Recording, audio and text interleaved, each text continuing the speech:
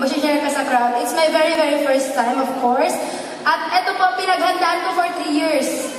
Pinangarap ko po talaga to. Sinulat ko na po yung script. Kaya lang sa sobrang haba, hindi ko na binitbit kasi baka hindi po tayo matapos. So, share ko lang po sa inyo yung konting story ng buhay ko. Ayan, yun po lang po ng bata ko. Ipinanganak po ako mahirap. So, yung talagang totoong mahirap na yung tipong kakain ka na lang, ipapakain mo pa sa mga kapatid mo. Yung tipong kailangan mabusog muna sila bago ikaw. Maaga po kasi nag-separate yung parents ko kasi siguro 8 na kami magkakapatid. Sa kanila na-realize na hindi nila mahal yung isa't isa.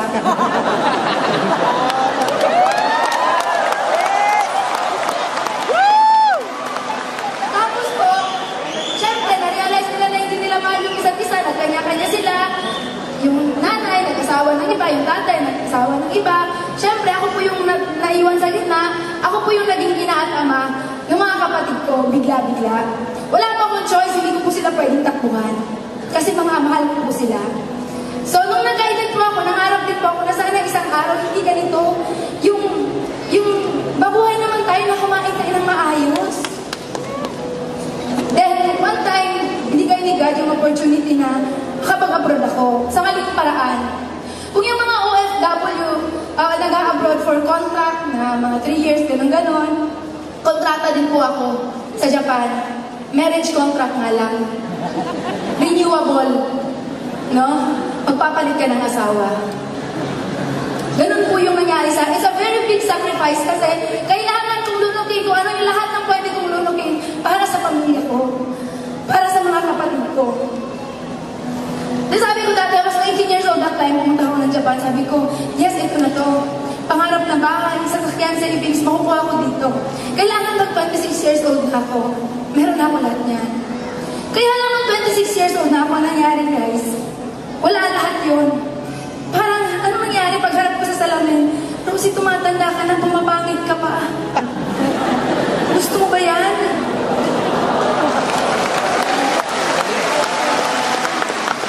Walang babae na gustong humarap sa salamin. Natitingnan yung sarili niya na grabe, ang pangit-pangit mo. Walang babaeng ganun. Then that time, sabi ko, kakapanganak ko pa lang nung youngest ko, 3 months siya that time. Sabi ko, God, Ama, hingi naman ang opportunity. Ginawa ko na lahat. No, kung butas ng parayo yung papasukin, pinasok na lahat dyan. Yung matinong opportunity naman ngayon na pwede makapagbabago ng buhay ko. Kahit ano, God, in-invite ako ng pinsan ko po sa AIM Global. Apply, Melody Salcedo! Kaya lang po, nakakatawa nung in-invite niya po ako, hindi pa ako naniwala. Kasi po yung pinsan ko, kilala ko po siya since childhood. Sabay po kami lumaki. 3 araw lang po ang pagitan namin nung pinanganak kami. Kaya alam ko kung sino siya, kilala ko siya. Alam ko na kung siya ang nandito sa harap ninyo ngayon, hinimatay na siya. Ganon ka mahiyain yung pinsan ko.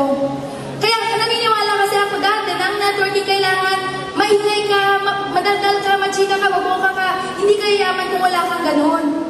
Kaya hindi ako naniwala sa pinsan ko. Pinalagpas ko yung 6 months. Until such time, humingi ulit ako kay Ama na opportunity.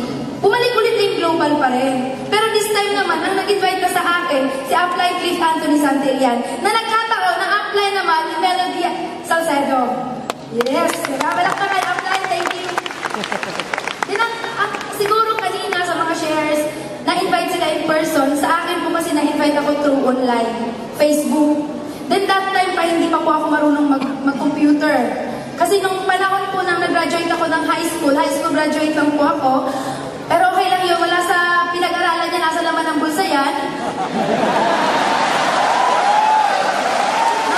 High school lang po ako, pero nung nag-start po ako ng Facebook, ganun po, nasa ng X, nasa ng Y. Diba? Kaya sabi ko sa apply ko, paano ko gagawin yung business? Sabi niya sa akin, Rosie, kung paano kitang in-invite, ganun lang din yung gagawin natin. At dun po, nangyari yung whole story, bakit nakuha ko yung first million ko sa AIM Global. Diba? Sa Japan, lagi sinasabi nung ginagawa ko yung network sa Japan, maraming mga 40 years na sa Japan, 30 years, 20 years na sabi, Rosie, tulungan mo ako. Tulungan mo akong gawin yung business. Kasi gusto ko nang umuwi sa Pilipinas for good. nagsasabi, mga kabataan, ate, tulungan mo naman ako. Tulungan mo ako makahanap ng akong puntang Japan. Kasi gusto ko mag-abroad. Gusto ko maiahon yung pamilya ko sa kahirapan. Isipin niyo yun, Pilipinas, Japan, yung mga nandun gusto ko umuwi sa Pilipinas, yung mga nasa Pilipinas gusto ko umuwi doon. Parehong reason, gustong maiahon sa kahirapan at gustong maiahon yung pamilya sa kahirapan, makasama yung mga mahal sa buhay. Diba? Pera yung naghahati sa dalawang bansa. Pera yung naglalayo sa pamilya. Diba? Yung magulang sa anak, kapatid sa kapatid.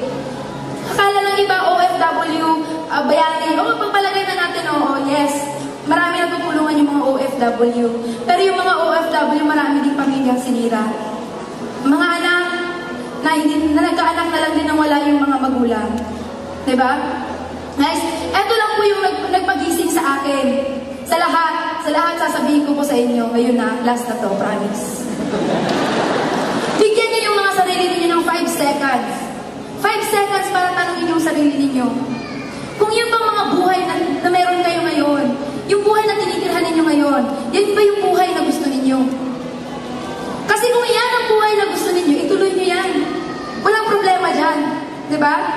Pero kung hindi yan yung buhay na gusto ninyo, baguhin ninyo. Yun ang ginawa ko. Iniwan ko po yung Japan. Last April, umuwi na po ako dito for good. Diba? Dati po yung bahay namin, kuko, na kapag ka umuulan, hindi mo na kailangan ng balde. Tayo ka na lang talaga. Kasi wala ka lang mahihigaan. Nung nag-Japan pa ako, nagbago naman siya ng konting-konti lang. Pero ganun pa rin. Pero nag-aim global na po ako. Binili ko po yung bahay namin ngayon ng mga anak ko dyan sa Davao. Worth 4 million.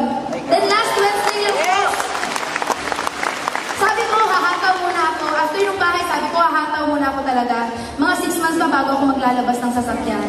Kaya lang sabi ko, paano ako makakahataw sa buong Mindanao kung wala akong sasakyan? Last Wednesday po, hindi sinasadya nga ilabas ko po yung Ford Everest ko. Kulay red, parang ako lang. Thank you so much. Sana may natutunan kayo sa mga sinabi ko. And of course, A1 Dragon! Mga Dragon! Thank you so much sa suporta sa grupo. Upline Alburo family, thank you so much. At lalong-lalo na sa aking mga international partners from Hong Kong, Riyadh, Singapore, Cyprus, Canada, at lahat-lahat na. Thank you po. Maraming salamat.